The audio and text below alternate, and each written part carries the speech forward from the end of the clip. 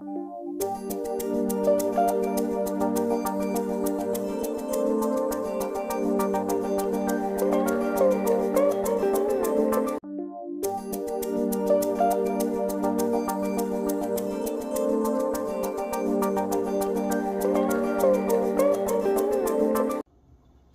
we are back inside the world's worst movie theater as we're wrapping January 2025 up here. Let's go to my number 9 worst movie of all time. Let's not even waste any time because, kind of like with the last movie, Elektra, yeah, it's pretty much the same thing as this movie I'm about to talk about here. And I don't even need to give it a proper introduction because, yeah, this movie can go fuck itself. Number 9 on my list of the worst movies I've ever seen, Catwoman.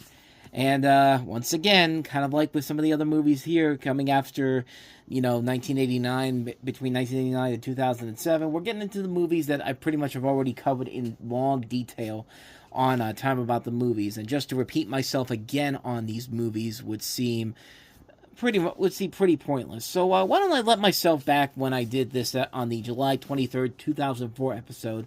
Why don't I go ahead and explain it on there. So take it away past me. Now, see, that trailer makes the movie look more awesome than it actually is, but, yeah, when I was doing the first December back in 2014, I was dreading the day I was actually going to have to watch this movie in full, because I did have the DVD when it came out. I was kind of suckered into, who else would not be suckered into Halle Berry in spandex and cracking a whip and dressed up like a cat? I mean, what prepubescent 15-year-old boy wouldn't be in that situation? But, yeah, for the longest time, Catwoman was a movie that was floating around in development hell for a number of years, that had various people attached to it, ranging from Tim Burton, of course, Michelle Pfeiffer, who was Catwoman in Batman Returns, Ashley Judd was involved at one point, Nicole Kidman, and then it went to Halle Berry and a director called Pitoff, a French director who's best known for being a visual effects supervisor, because clearly that works so well. I mean, didn't you see how great it worked for the Strauss brothers when they made Alien vs. Predator? Which, by the way, this guy was a second-unit director on Alien Resurrection. We're already not in a good spot here. We haven't even gotten to the actual plot of the movie here. And the plot, it's a plot, all right. You can pretty much tell right away how bad this is going to be, but Catwoman is the story of shy, sensitive artist Patience Phillips, played by Halle Berry, and honestly, those words right there, I could just stop right now, because you can already see the problem with the movie right here, but for the sake of this, we'll continue on. A woman who can't seem to stop apologizing for her own existence. She works as a graphic designer for Hadari Beauty, a mammoth cosmetics company on the verge of releasing a revolutionary anti-aging product. When Patience inadvertently happens upon a dark secret her employer, played by Sharon Stone, is hiding, she finds herself in the middle of a corporate conspiracy. What happens next changes Patience forever. In a mysterious twist of fate, she is transformed into a woman with the strength, speed, and agility and ultimate keen senses of a cat. Again, I could stop at any time if I want to, because this sounds so terrible, but let's continue on, because trust me, it's going to get worse before it gets better. And by that, I mean not better at all. With her newfound prowess and feline intuition, Patience becomes Catwoman, a sleek and stealthy creature balancing on the thin line between good and bad. Like any wildcat, she's dangerous, elusive, and untamed. Her adventures are complicated by a burgeoning relationship with Tom Lone. Have you had enough yet? I certainly have had enough yet. I mean, I could stop right there, because this sounds like Stephanie Meyer garbage here, brought into a universe that shouldn't exist because Catwoman already exists in the Batman movies, but I digress. Tom Lone, played by Benjamin Bratt, is a cop who has fallen for Patience, but cannot shake his fascination with the mysterious Catwoman, who appears to be responsible for a string of crime sprees plaguing the city. Now, doesn't that sound nothing like Catwoman? I certainly hope so, because the writers of this movie clearly weren't aware they had 75 years of research material on this character and didn't do anything with it, because it's clear from this plot that this is nothing but made-up garbage that has nothing to do with Catwoman. You know how we have the Sony Spider-Man universe that technically started off not involving Spider-Man, the Venom movies, Morbius, Madam Web.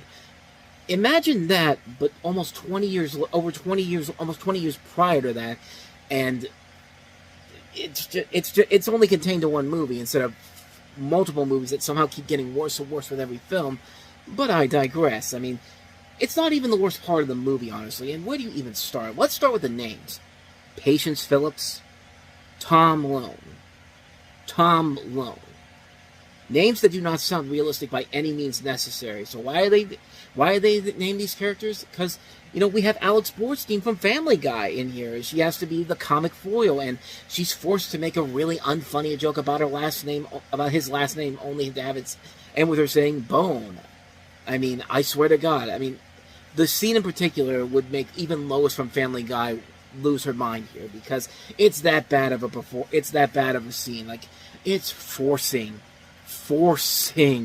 really bad comedy here. But they take the story of Catwoman and just destroy it. There is absolutely nothing that is relatable to the character of Catwoman from any of the movies or comics at all, from the origin of how Catwoman came to be, which the trailer doesn't show you how hilariously bad she gets axed off at the beginning, because, no, she doesn't get shot like in the trailer, no. She's standing in front of a pipeline with water, and she just falls right into the water, and the way it looks is just amazingly bad. It adds like a stupid split personality story to literally having Halle Berry sniffing catnip, like she just sniffed pounds of cocaine, and those cat puns, man, they are just all over the goddamn place. And let's talk about the costume. Who thought that was a good idea? No mentally sound human will find this costume sexy at all. As much as they're trying their best. I mean, you got Halle Berry there, and even she can't make it look sexy. And I'm sorry, like, I love Halle Berry, man. I know this is going to be a bashing of her saying yes to this, but I will say some nice things about her by the end of this. I'm promising this.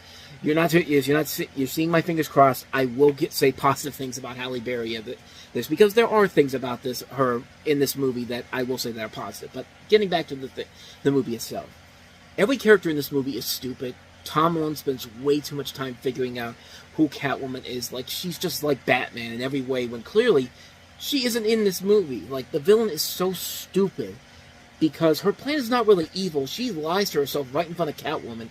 The last scene of the climax, she literally says that as long as you keep using her makeup, your face will not get destroyed.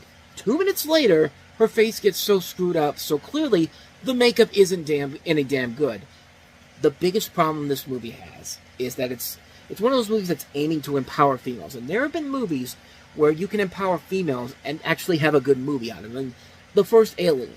Look at what Ellen Ripley did in that movie. Look at what Sigourney Weaver's character did in that movie. I mean, like that's a movie that empowers females. The second Aliens movies. I mean, The Secret of NIMH is another great example. But here, one of the characters literally comes out and says that the reason nobody wants to listen to her is because of, and I quote, male academia. Somebody got paid to write this movie. Don't tell me that this is a movie that's supposed to feature a strong lead female character when you add a line like that into a movie. At least with bad films like Red Sonja, Supergirl, Elektra, they were at least trying to provide good lead female characters, but they all had terrible scripts to work with. But this is just, it's awful. It's absolutely awful. And this makes Angelina Jolie in Tomb Raider seems like the most well-handled lead female character. That's how bad it is when Angelina Jolie's Lara Croft is a more likable character, likable lead female character than anybody in this movie. I hate when movies say that we're going to show that females can be just as great as the lead male characters can. And then we get stuff like Sucker Punch in the Spirit, where they're just there to be glorified for their sexuality, and that's it. I said it back when I did my original review, I'll say it again. When an animated kids show like My Little Pony Friendship is Magic has better lead female characters who are written as stronger, independently written female characters who act like regular people most of the time, that's how you know how bad it is here. I mean, yeah, it's amazing that it's gotten to this point. I mean, I think I've honestly pretty much said everything I needed to say that's bad about this movie. It just sucks so hard. The movie itself, there's not one good thing about this movie, but I will give Halle Berry this. I don't think she's bad in the movie. Like, I know I said her character's pretty stupid in here, but she is committed to the role. And whether or not she realized at the end of it, which I'm pretty sure she realized after it was done, it was just like, she probably regrets doing this. But then again, there's somebody who has having a lot of fun with it. I mean, just today, like I showed you the tweets. I mean, right there, she's clearly having a ball with this. I mean, when she won the Razzie for this movie, you know what she did? She actually went up and accepted the award.